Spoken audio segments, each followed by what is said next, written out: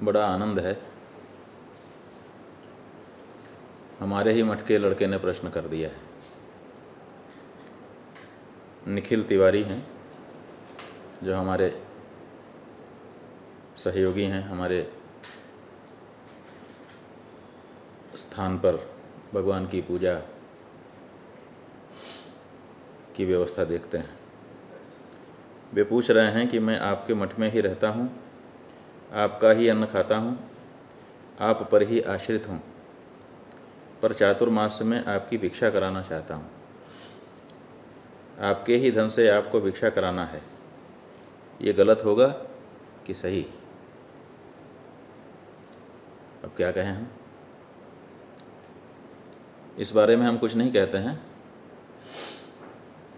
इतना ही कहना चाहते हैं कि जब हम गंगा जी में स्नान करने के लिए जाते हैं तो गंगा जी की पूजा करना चाहते हैं। गंगा जी की पूजा करने के लिए क्या गंगा जी के जल का ही उपयोग नहीं करते हैं? गंगा जी से ही जल उठाया, गंगा जी में ही हे माँ मैं तुझे समर्पित कर रहा हूँ, तो गंगा जी के जल से ही गंगा जी की पूजा हो जाती है कि नहीं हो जाती? हो जाती है। गंगा जी थोड़े बुरा मानती हैं। और क्या करने वाले को गंगा जी की पूजा का फल नहीं मिलता? बिल्कुल मिल जाता है। इसी तरह से जो भगवान की पूजा भी लोग करते हैं, क्या करते हैं? जो संपत्ति, जो पूजा की सामग्री हम भगवान को चढ़ाते हैं, क्या भगवान का उससे काम बनता है? भगवान का काम नहीं बनता है। केवल हमारी भावना है, ये इस भावना का प्राकट्य होता है कि हम भगवान आपकी पूजा करना चाहते हैं। इसीलिए कहते क्या हैं? त्वदीयं वस्तु गोविंद तुभ्यमेव समर्पये गृहाण सम्मुखो भूत्वा प्रसीद परमेश्वर। आपकी ही वस्तु मैं आपको अर्पित कर रहा हूँ। अपनी ही वस्तु आप क्या स्वीकार करेंगे? जो आपकी ही चीज़ है उसको आप क्या स्वीकार करेंगे? लेकिन इसमें जो जुड़ रहा है वो ये जुड़ रहा है कि मेरा देना, तो मेरा जो देना है यही खास है। इसलिए निखिल तिवारी, बिल्कुल आप भिक्षा कराइए, आपकी भावना के अनुसार आपको पुण्य की प्राप्ति होगी। इस बारे में विचार मत करिए कि किसका धन है, किसका अन्न है। आपका भाव जुड़ गया ना उसमें, बस उसी को स्वीकार करना है, बाकी तो सब ठीक है। हर हर महादेव। थान खमरिया से गायत्री बाई तिवारी जी, आपका संदेश मिला है। प्रश्न आपने पूछा है, क्या गंगा मैया का जल लाते हैं तो क्या घर में लाकर कथा पूजा करवाना चाहिए क्या? कई बार क्या क्या लिख दिया है, लेकिन कोई बात नहीं। आपके आशय को हम समझ पा रहे हैं। आपका आशय संभवतः यही है कि जब हम गंगा जल का संग्रह करके उसे लाते हैं तो फिर घर में लाने के बाद क्या गंगा जी के जल की पूजा होनी चाहिए? तो बिल्कुल, गंगा जी चल करके आपके दरवाजे पर आई हैं तो उनका स्वागत होना चाहिए, सत्कार होना चाहिए और गंगा जी की पूजा होनी चाहिए। जो कुछ अच्छा कर सकें उत्सव वो मनाइए, क्योंकि गंगा जी अपनी धारा को छोड़ करके आपके घर आने के लिए चल पड़ी और फिर आपके घर में आ गई हैं। इसलिए जब कुछ विशिष्ट अपने घर में आए तो उसका स्वागत सत्कार बनता है। तो गंगा माता साक्षात जो ब्रह्मद्रव हैं, भगवान के चरणों का उनको संग है, ऐसी गंगा माता जिनका महान महात्म्य है, ऐसी गंगा माता जो हमारी माता हैं, ऐसी गंगा माता जो पाप ताप निवारिणी हैं, अगर वो घर में आ रही हैं तो उनका स्वागत करना और उनको विराजमान करके विधि विधान के साथ उनकी पूजा करना बिल्कुल उचित है, अवश्य आपको करना चाहिए।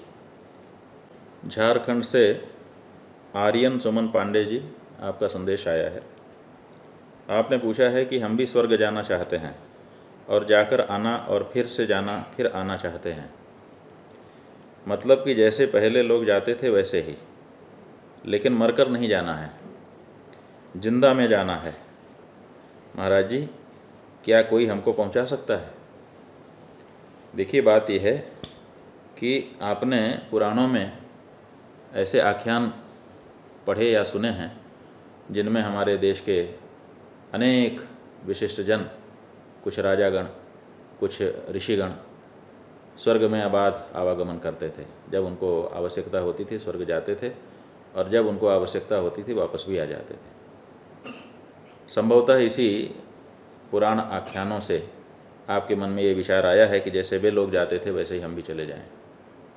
लेकिन आपने इसी में ये पूछ दिया कि क्या हमको कोई पहुंचा सकता है।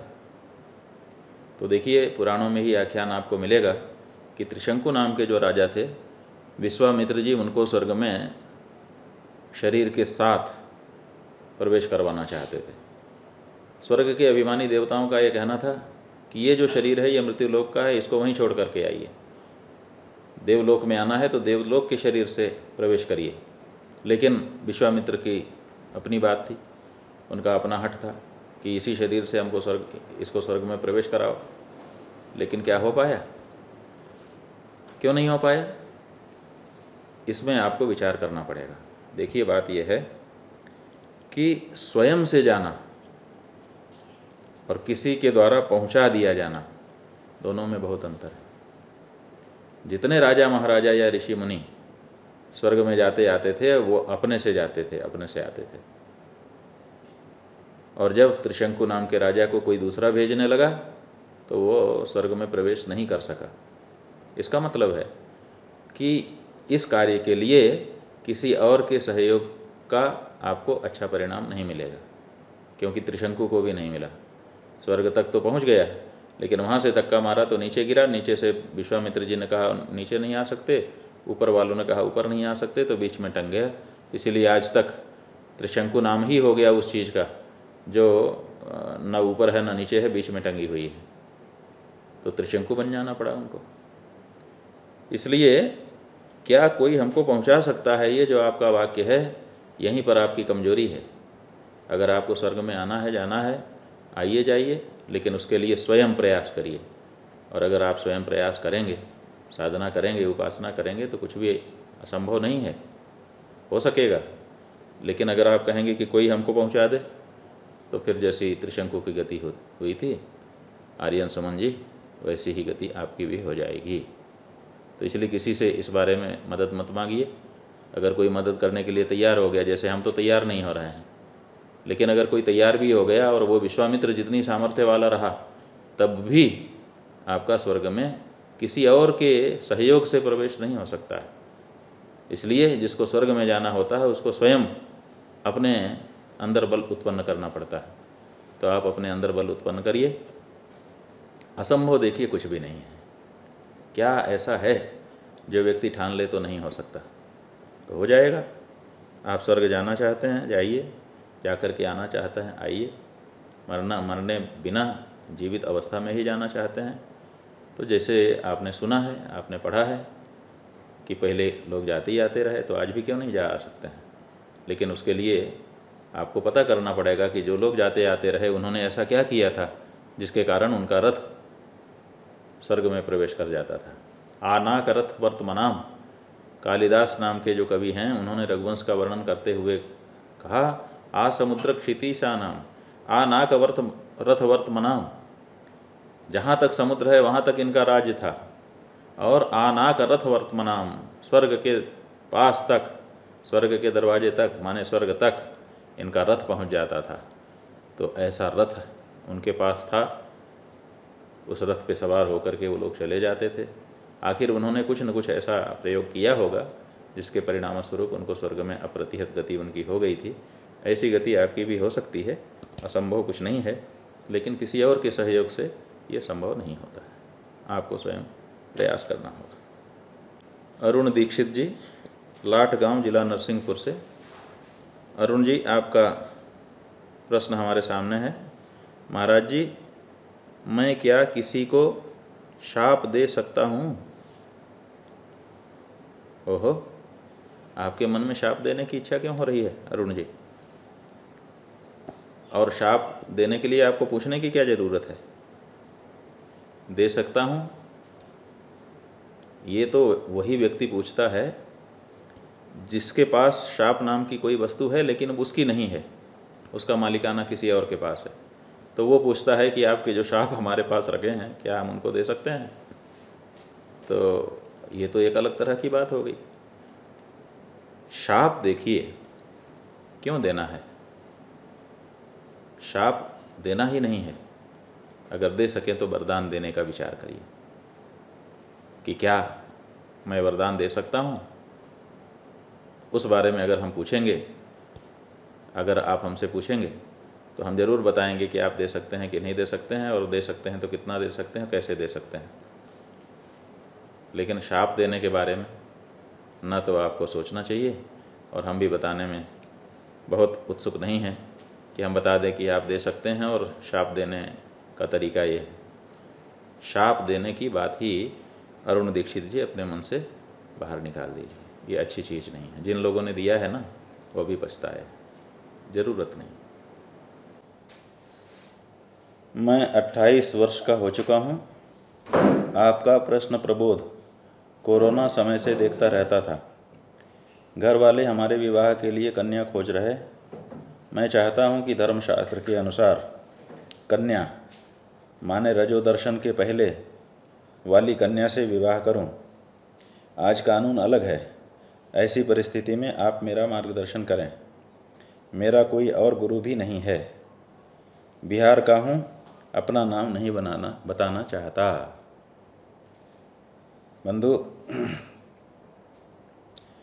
नाम बता देने से कोई समस्या तो नहीं हो जाएगी, लेकिन ठीक है, आप नाम नहीं बताना चाहते, कोई बात नहीं है। तो आपके मन में जो इच्छा आई है वो कोई ख़राब नहीं है। जो इच्छा धर्मशास्त्र के अनुसार विवाह करने की है वो बिल्कुल सही है, लेकिन इसके लिए कोई ऐसी कन्या देने के लिए आपको तैयार हो। और इस समय कानून अलग हो चुका है। आप भी 28 वर्ष के हो चुके हैं। आपको अगर इस तरह का विचार था तो पहले ही इस बारे में सोचना चाहिए था। तो अपने देश में विवाह का अपना एक कानून बना हुआ है, और उस कानून का भी अपना तात्पर्य है कि कन्या का या बालक का विवाह तब होना चाहिए जब उनका शरीर युवा अवस्था को प्राप्त हो चुका हो। बाल्यावस्था में कैसे विवाह होगा? पहले के समय में क्या होता था कि विवाह संस्कार हो जाता था, लेकिन विदाई नहीं होती थी।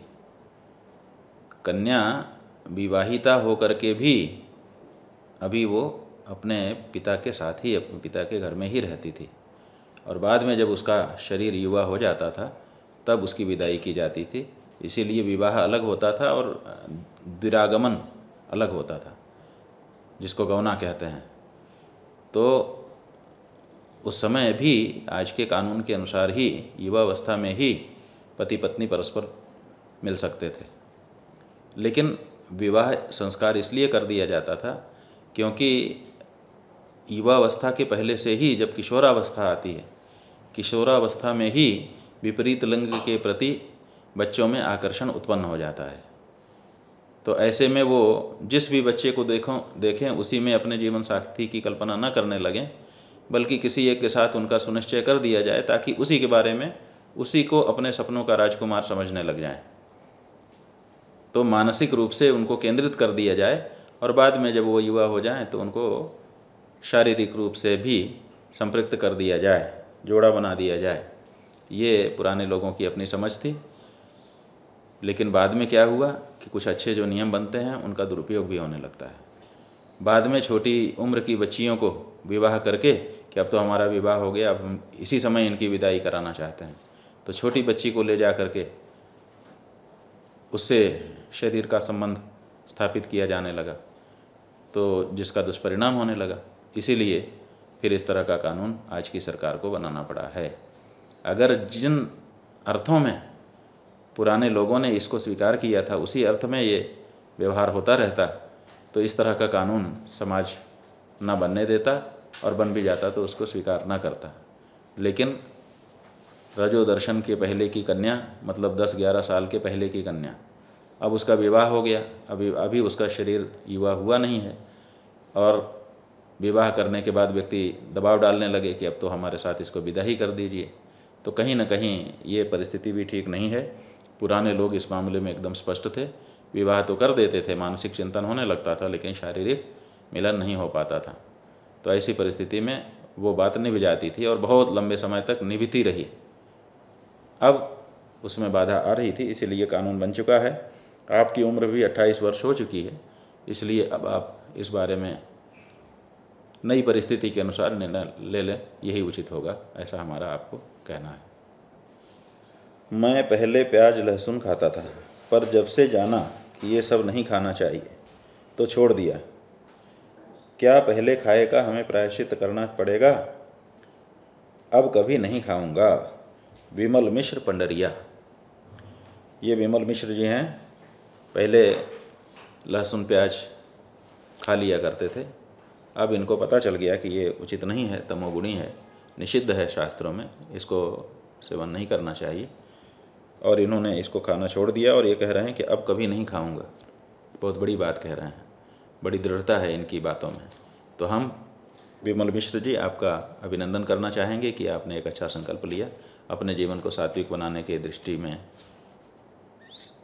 सात्विक बनाने की विधा में आप एक कदम आगे बढ़ा चुके हैं। जहाँ तक पहले खाए का प्रायश्चित करना है, तो प्रायश्चित यह भी एक है कि पहले खाए के लिए आप पछता रहे हैं और आगे ना खाने का पक्का संकल्प कर रहे हैं, तो अलग से किसी और प्रायश्चित की आवश्यकता हम नहीं समझते हैं। अब आपको जो संकल्प आपने लिया है उस संकल्प में दृढ़ रहना चाहिए। अगर दृढ़ नहीं रह पाए तब ज़रूर इस बात के लिए प्रायश्चित करना पड़ेगा कि मैंने संकल्प लिया और उस संकल्प को निभा नहीं पाया। ये प्रायश्चित बहुत कठिन हो जाएगा।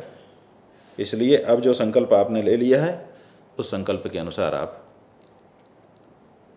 सात्विक जीवन जिएं, तामसी चीज़ों का सेवन अस्वीकार कर दें अपने जीवन में। नारायण।